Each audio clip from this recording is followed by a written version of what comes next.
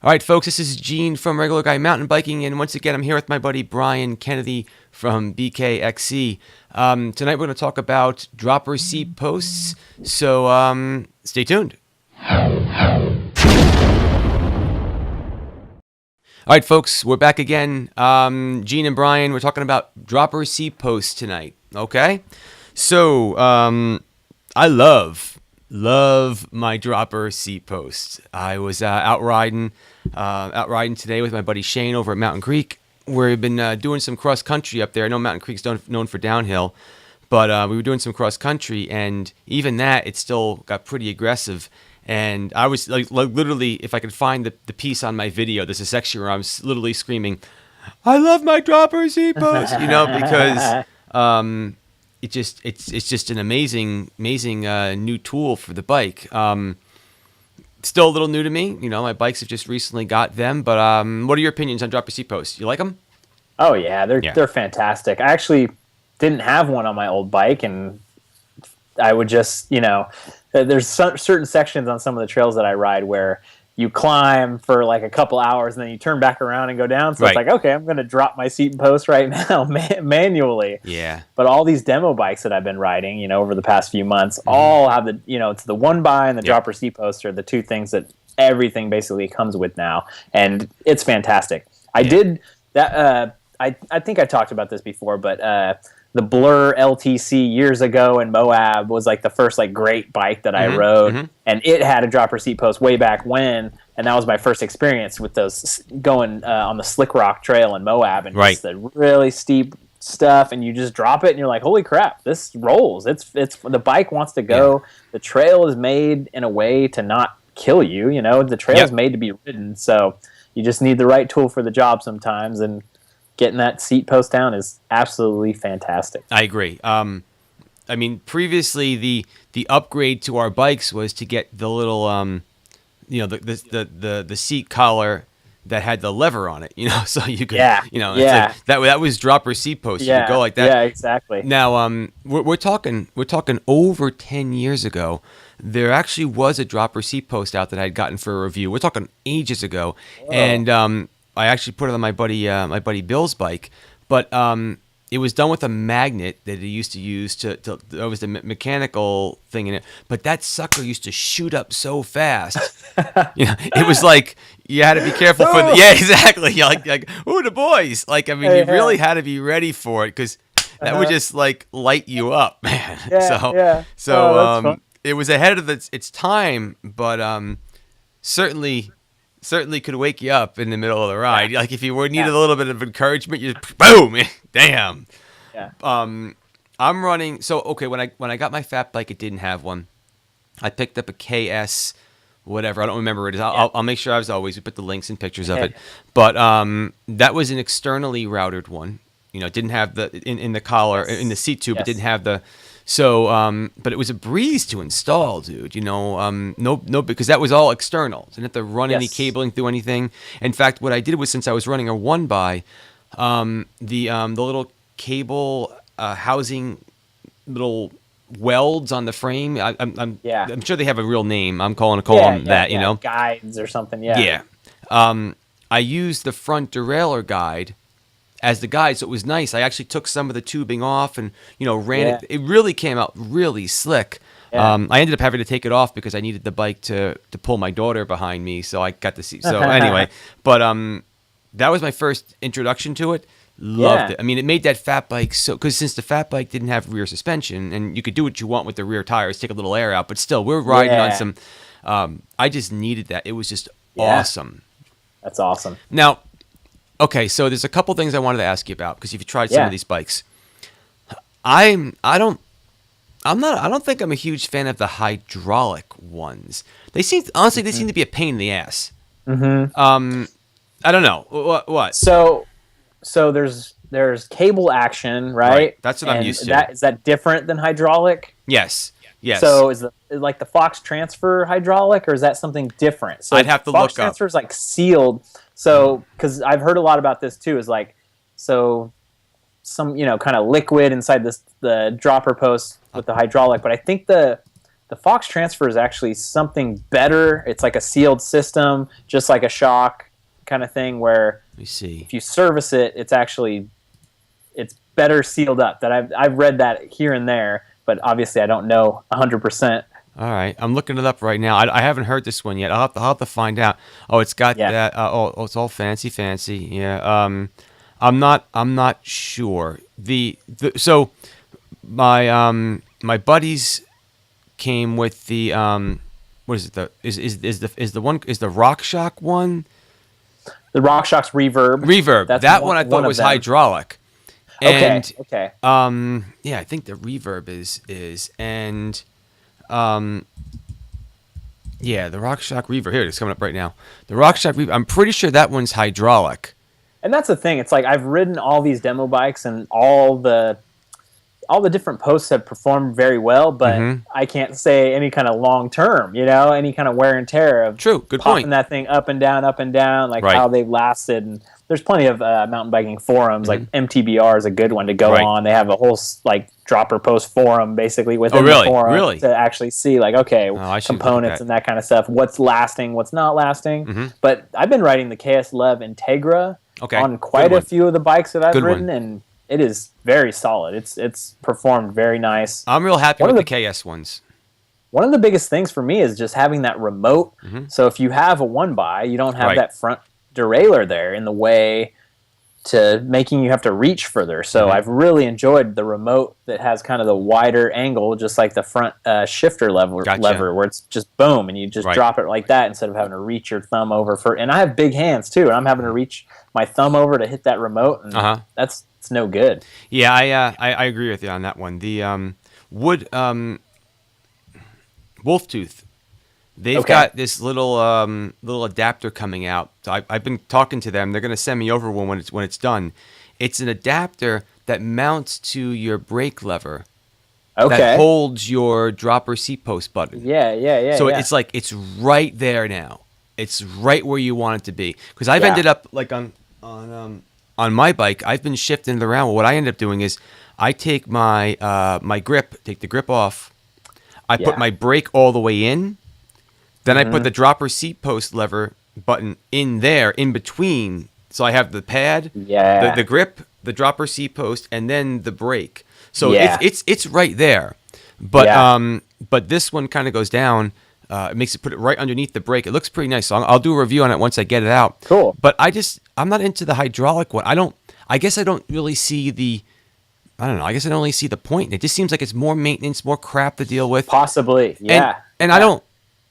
Okay, let me put it this way: when you're using your brakes, I can see the difference between and feel the difference between the cable and the hydraulic. And I'm using my brakes all the time. Yeah. I don't use my dropper enough. I don't use it enough to deal with the added maintenance and crap I got to deal with. Headache. Yeah. I mean, and some people will disagree. That some people will say, "Well, Gene, there's more maintenance with the cable. You got to keep it clean. It's going to stretch." Yeah, so that's all valid points too. But one time I took a pretty bad fall, and it literally ripped the lever off on my handle. Oh man! But my buddy's like, "Yeah, but if that was mine, I'd have freaking hydraulic fluid flying all over." Yeah, and then I wouldn't be able to ride the rest. So I'm not really into it. So I'm thinking. So now that we're saying that, I'm pretty sure the Fox Transfer, the cable is just a normal cable, and then inside the post itself is the liquid or however. So it's all kind of. It's not like a fluid through the entire cable all the way to the remote. Well, that's cool. Actually, I've been riding that. So like I told you before, I never ride my brother's bike, but I took it to BC because my new bike get shipped and it's coming, and I actually missed. I could have picked it up on Saturday. I had a couple hour window to go to a city about 20 minutes away, go pick it up, but I was had other stuff going on, and it's just like, oh man, that would have been great. I would have ridden it today. I would have had it today. I would have done some videos. That's okay. It'll be waiting for me. It's supposed to come on Monday. Sending it to my parents' house. They'll be there to pick it up, and then when I get back on Saturday from BC after riding all this great stuff, new bike will be waiting for me. Holy moly, I can't wait. Well, It'll I be mean, great. you've got the time off now, so Yeah, exactly. you'll be able to get to it. That'll Yeah, be pretty hot. my plan actually is so I get back from BC on Okay. Saturday. I have a fantasy football draft on Sunday. Oh, Jesus. The commissioner of the league, and I haven't done any research whatsoever. So that I do auto draft. Oh, that's horrible. Auto draft. That's horrible. I won last year. Auto draft, and I came in second. Schmoes are in your league. Yeah, but dude, it's all crapshoot anyway. Dude. I don't know. Anyway, Do a little research. So then I'm thinking that Monday, right after the draft, I'm going to shoot off to Fruita, Colorado, and just go over there and probably it might take more than a day to drive over there. Probably stop at Salt Lake City, 12 hours in, sleep, and then ride Fruita the next day. But we'll see. This is like go kind of craziness. But that's why I'm taking this time off. Right. That's why I'm going out here, shoot as many videos as I can, and go crazy. Yeah, that's cool. Well, that I can't see me not having a dropper seat post and any of these new bikes or any of the places that you're going to. Anything I ride on, even my cross country stuff. It's always nice to just drop it a couple times. There is a couple electronic ones coming out. Okay. I've even seen they're like Bluetooth and stuff like that, but it's weird. But there's no cable now. It's just it's right there up on the front, and Makes so that's. sense. I mean, I would go with that before I'd go with hydraulic. What happened to electronic shifting? That was a thing a couple years ago. It's still out there. Like, I mean, maybe on high-end road bikes. Well, what was it? Empty, not empty. What? I can't believe I can't remember the name. I always forget it, and you always remind it. It's the other big YouTube guys that are always doing everything all the time. What the hell are their names? There's Seth. There's Phil. Oh, right. GMBN. GMBN. Thank you. So they just had a answer questions thing. He was just up in Whistler. And he did it from in the gondola. It was kind of cool. Good idea if you want to do something like that. Yeah. But he was asked the same thing and like, what do you like about him? He said no. He rode one not too long. They're just so expensive, But where it's going, I mean, where it seems to be going is electronic everything, where it's the shifting, it's your dropper seat post, it's also your suspension. Yeah. So they were saying with the suspension, it'll actually. Boy, wouldn't that be great if we could do some reviews? I don't have enough subs yet. I need more subs. They won't give me anything. I need more subs. No, but I can only do about from what I'm reading. That even when you drop the seat, when you put it in a gear, the suspension reacts because it all talk knows. To each other. A car does. It has all that crazy stuff going on. It's just about making the computer small enough, making the battery not suck so much, and just being able to make those calculations. That'd be pretty neat. It'd be interesting to see how good all that dials in together. Well, I've done some stuff with Magura a while ago. I don't think they'll even remember who I am, but I'll give it a shot. They've got that. They've got their electric, their electric wireless seat post. Oh, the seat post. Seat post. Yeah, the drivetrain is probably going to cost a little. I don't know if I have enough. Yeah. I don't think I have that many kudos left. But I'll see if I can get a hold of one of the electric seat posts and see what that's like. As far as other ones. The Reverb, I don't know. I've seen good and bad. My buddies have had to get it serviced. It's locked out on them. But then, I've had my KS freeze. With that cable, that's another thing too. With the cable, I was out with my fat bike out doing some snow stuff, which you guys have no idea about. Froze? Yeah, like it was so cold. That I couldn't. It wouldn't go down anymore. Because from California, that's kind of a foreign concept. Not so much. Yeah, wouldn't that be cool if I got you here in the winter? That would be. There we go. I want a fat bike. I haven't ridden a fat bike, man. Yeah. Yeah, that'd be cool. But that did happen. It totally froze, and so did I. I was freezing my ass off that night. We always joke. My buddy Shane, he's a really good rider. He's like, one of Shane's easy rides. We're out there 20 miles and freezing our assholes off. It was just so cold. Anyway, the dropper seat post actually froze. So all these things have. Like we get more gadgets, more things, more stuff to break. Yeah. But I'll see if I can get a hold of that one. Try to check it out. Yeah. So, folks, as always, Actually, I want to see if I can look this up real quick over here. Give me 1 minute over here. Because there's a couple guys that have been great asking a lot of questions. Cool. And it's been really nice to talk to them on our channel over here. So let me see. Give me a second. I want to see if I can. Navarre, thank you. Yeah, Navarre was one of those guys. Yeah, Navarre, thanks a lot, dude. Your questions have been awesome. Brian, I think it's Brian Vaughn. Yep. You've been real helpful. Yep. TD Bikes, is nice to get to know you. So I want to send a shout out to a couple of you guys because, quite honestly, obviously, you know, Brian, I love doing this, you know, but part of it too is getting to talk with you folks and everything, and answer your questions and actually learn from you guys. I think I'm actually going to pick up a set of the 510 from Free Riders or they free ride shoes, because like everybody on our pedal review or pedal chat one, the flats, they're all like, I ride these. It's awesome. So I think they talked me into it. So anyway, you guys are awesome. Thanks so much for you know, putting in your comments. So you know what I'm going to ask. Do you like your dropper SEATPOST? Do you have a dropper SEATPOST? What brand do you like? Did I put my foot in my mouth and hydraulics the best thing in the world and I just can't afford one, so I don't know how good they are? I don't know. Just anything you know about dropper SEATPOST. There's a lot of different ones out there. I'm been doing the KS series ones. They've been working good. I like them. No real complaints. You know, they freeze.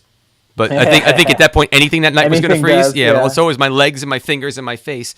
So, Brian, you've been riding some different ones. That Fox Transfer seems to be pretty good. You know, has anyone else ridden any of those? Days, I've been riding it pretty good. And actually, it's funny because my dad's bike has like a Shox Reverb, an older one where it only has like 3 positions. It has like top, middle, and bottom. It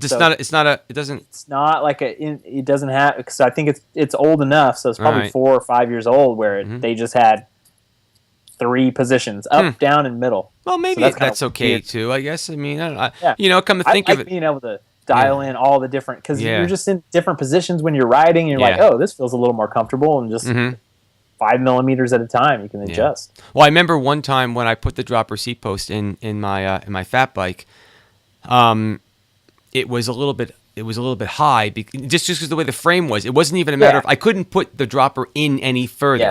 That was it. Exactly. So I'm like, oh shit, what am I gonna do? I'm like, here's what you're gonna do, dummy.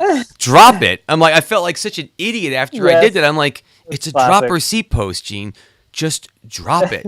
And then you know, so I wasn't really going to tell a lot of people about that, but now you all guys, you know, secret's out. So anyway, folks, you know, that's what we got for you tonight. I'd love to get your opinions on it. Both Brian and I, we want to know what you're saying. Obviously, we got some good stuff coming back from Brian from Whistler and his other trips, so we'll look forward to seeing those videos. I'll keep them up. I usually try to put those on my, I've got, you know, RG, Regular Guy Mountain Biking, rgmtb.com. I put links to his videos there because I like watching them. So I'll try to, you know, wherever you're following us, you can always get a hold of our stuff. Yep. Gene tweets out my videos, which is very helpful. I just hit retweet, and I don't have to think about it. It's fantastic. So it works out well. It's all good stuff. Yeah. So, hey, look, you got some stuff going on, Brian. You have a good night's sleep. Get out there, have a good time. Folks, thanks for watching. And, I guess we'll catch you later on. Bye-bye.